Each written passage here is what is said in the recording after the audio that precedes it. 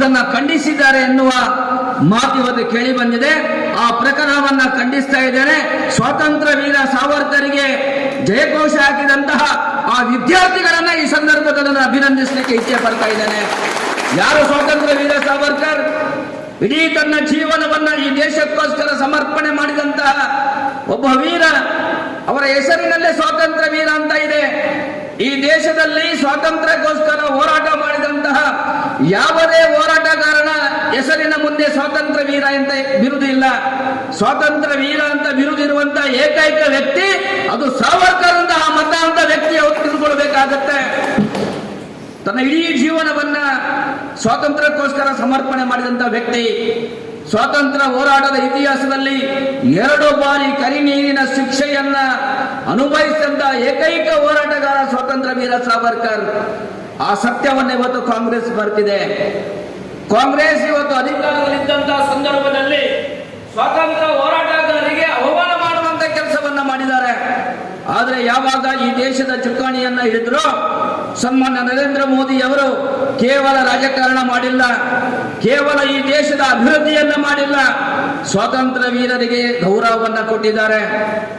ಅಂಬೇಡ್ಕರ್ನಂತಹ ಒಬ್ಬ ಶ್ರೇಷ್ಠ ರಾಜಕಾರಣಿಗೆ ಅಥವಾ ನಾಯಕನಿಗೆ ಈ ದೇಶದಲ್ಲಿ ನಿಜವಾದಂತಹ ಗೌರವ ಸಿಗಬೇಕಾದ್ರೆ ನರೇಂದ್ರ ಮೋದಿ ಅವರು ಪ್ರಧಾನಮಂತ್ರಿಯಾಗಿ ಬರಬೇಕಾಯಿತು.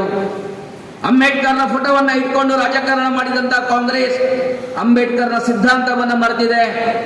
ಆದರೆ ನರೇಂದ್ರ ಮೋದಿ ಅವರು ಅವರ 5 ಪ್ರಮುಖ ಸ್ಥಳಗಳನ್ನು ಆಯ್ಕೆ ಮಾಡಿಕೊಂಡು ಅದಕ್ಕೆ ಪಂಚತೀರ್ಥ ಅಂತ ಅದಕ್ಕೆ ಹೆಸರನ್ನ ಇಡುವುದರ ಮುಖಾಂತರ ಸಾವಿರಾರು ಕೋಟಿ ರೂಪಾಯಿಯನ್ನ ಅದಕ್ಕೆ ವಿನಿಯೋಗ ಮಾಡಿ ಪಂಚತೀರ್ಥವನ್ನು ಅಭಿವೃದ್ಧಿ ಮಾಡುವುದರ ಮುಖಾಂತರ ಈ ದೇಶಕ್ಕೆ ಅಂಬೇಡ್ಕರ್ ಕೊಟ್ಟಿರುವಂತಹ ಏನು ಸಾಧನೆ ಇದೆ, ಈ ಕೊಡುಗೆ ಏನಿದೆ, ಆ ಕೊಡುಗೆಗೆ ಗೌರವವನ್ನು ಕೊಡುವಂತಹ ಕೆಲಸವನ್ನ ಪ್ರಧಾನಮಂತ್ರಿ ಅವರು ಮಾಡಿದ್ದಾರೆ.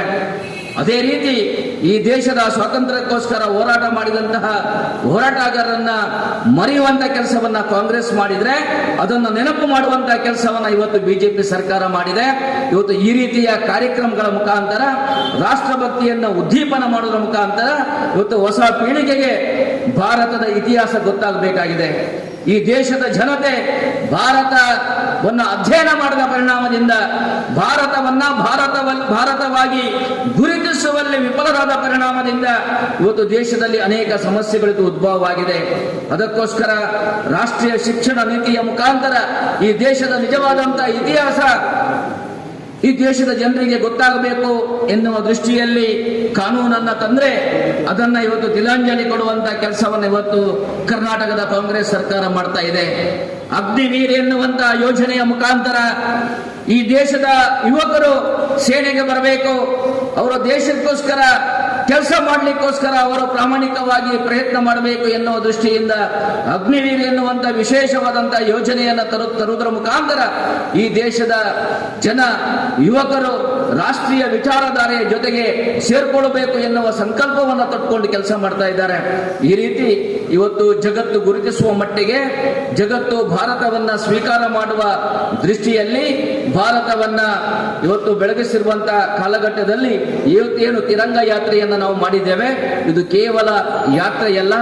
ನಾವೆಲ್ಲರೂ ಈ ದೇಶದ ಭವಿಷ್ಯಕ್ಕೋಸ್ಕರ, ಈ ದೇಶದ ಚಿಂತನೆಗೋಸ್ಕರ, ನಮ್ಮ ಸಂಸ್ಕೃತಿಯ ಉಳಿವಿಗೋಸ್ಕರ, ನಮ್ಮ ಪರಂಪರೆಯ ಉಳಿವಿಗೋಸ್ಕರ ನಾವೆಲ್ಲರೂ ಸಂಕಲ್ಪ ಮಾಡುವಂತಹ, ಪ್ರತಿಜ್ಞೆ ಮಾಡುವಂತಹ ದಿನ ಎನ್ನುವ ವಿಚಾರವನ್ನು ಈ ಸಂದರ್ಭದಲ್ಲಿ ಉಲ್ಲೇಖ ಮಾಡ್ತಾ